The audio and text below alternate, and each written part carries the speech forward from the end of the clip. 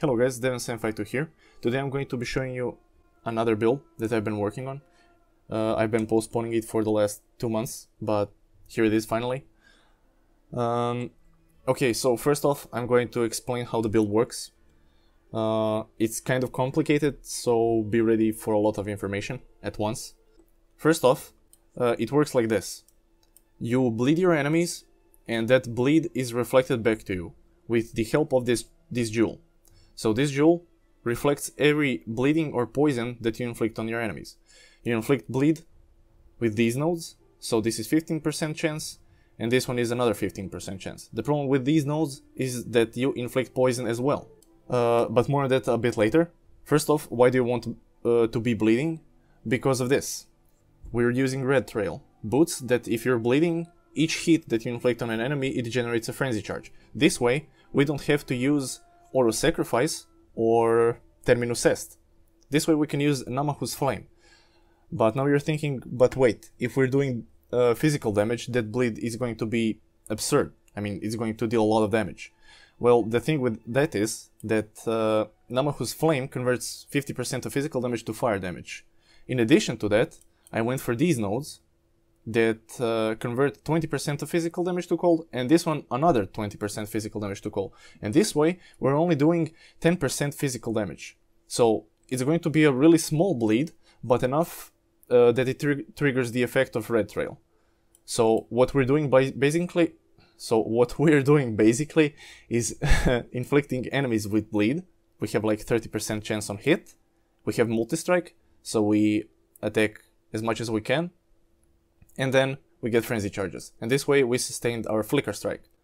But the problem with this is that you can only play this flicker strike, well, at least this version, after like level 68, because these boots require level 68.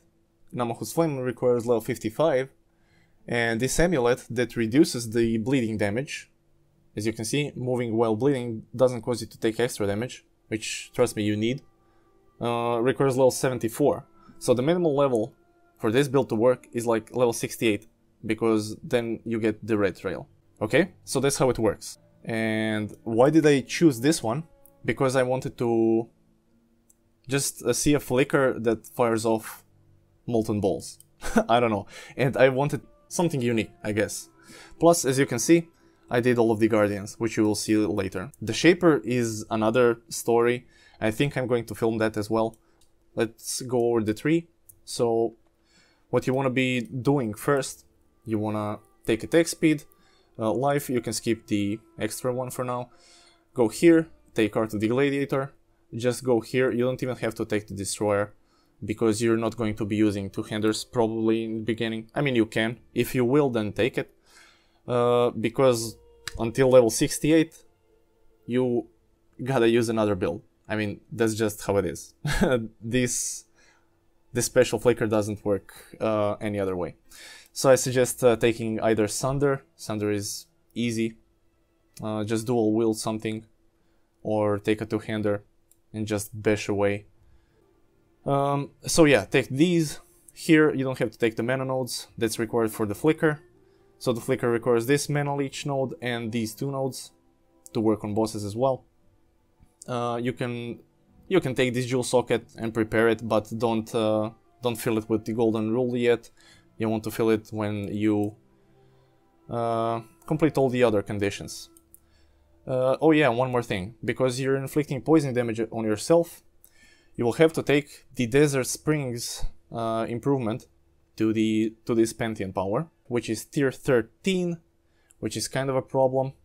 Yes, this build requires a lot of stuff. Before you get to that point, you can use a flask that has poison immunity. Trust me, you're going to need it, because you're going to be poisoning yourself every time you flicker. Okay? So, until you get this, just use a flask, a utility flask I recommend, because they last long, and enchant it with poison immunity. You're going to be taking these for elemental resistances. You're gonna need that. For me it was a bit tough, as you can see. My resistances are barely there. I mean, I can remove the points probably, maybe one, but it's still going to be iffy. Okay, either way, you just continue here. You don't need these for now. You can take these for damage. point blank once you get Ngamahus. This is excellent for your cold damage. Almost half of your damage is cold.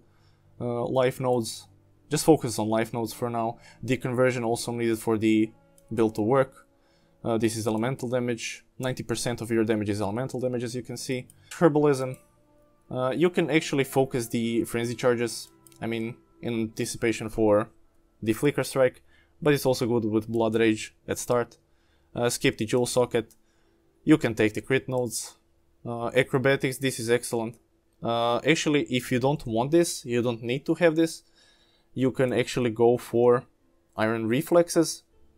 This is pretty good, actually an excellent alternative, and it uses less points. But the problem with this is that it doesn't give that much defenses as this does, but this one will give you more mitigation for the bleed damage. So you're gonna be a bit more bleeding with these, but you're gonna be tougher overall. I mean, I opted for this one, but as I said, you can go for iron reflexes as well. But then remove these. Then you continue here, take the life nodes, you can take these, go here, take the life nodes. Frenzy, you can just, you don't have to take them until you have flicker. Thanks to the wiper and this. And you end it with that. For the ascendancy, so just take the unstoppable hero, then focus this until merciless, okay? Then take the fortify permanent after you finish Uber. This is not so important, you can generate fortify with your leap slam, so don't go for this. So you just take this, unstoppable hero, it's going to give you a lot of toughness and stun immunity, and take these, okay? Then this one for the last one. And that's about it. So next up is me showing you how the build works, and maybe a little bit about the gear actually.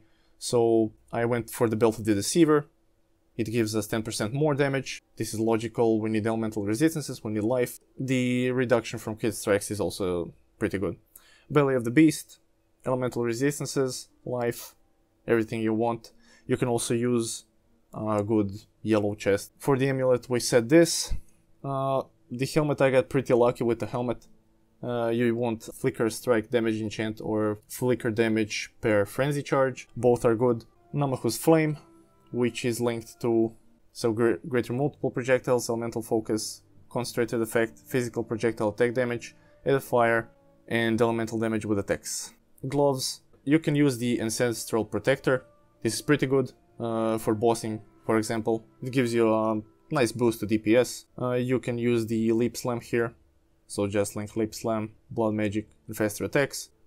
Before you have protector, you can use fortify until you get it from Uberlab. Herald of Ash, this is the auras I'm using. I'm using Arctic Armor, Poacher's Mark on Blasphemy, and Herald of Ash. Why Arctic Armor? Arctic Armor is active all the time while you're flicking because you're considered to be stationary, so you want to be using that. This gives us some bonus damage, and Poacher's Mark because it generates frenzy charges, plus gives us the required mana, flask charges, and enemies have less evasion, which is excellent for your initial strike, because your initial strike doesn't have the taunt applied. After your taunt applies, then you can't miss. So you want to have some accuracy just for the initial strikes. You don't want to be missing the initial strikes because they will be the ones that are inflicting the bleed and generating frenzy, and thus starting the mechanic of the build. That's why we need accuracy. Accuracy is pretty good, and of course life and resistances on gear. So I'm using cast 1 damage taken, summonize golem for some extra accuracy, critical strike chance, and immortal call. This is all level 1. Herald of Ash, this is Poacher's Mark and Blasphemy with Enlighten and Arctic Armor. And the main skills, of course, Flicker Strike linked with Elemental Focus, Multi-Strike, Elemental Damage with attacks, Melee Splash when you're clearing maps, and Melee Physical Damage. When you're doing bosses, just switch the Melee Splash for Ruthless, even though for all of the map bosses I didn't have to switch them, it deals a sufficient amount of damage. The only time I switched to Ruthless with my Melee Splash is when I was doing Guardians, because they're really tough, and when I'm going to be doing Shaper, hopefully.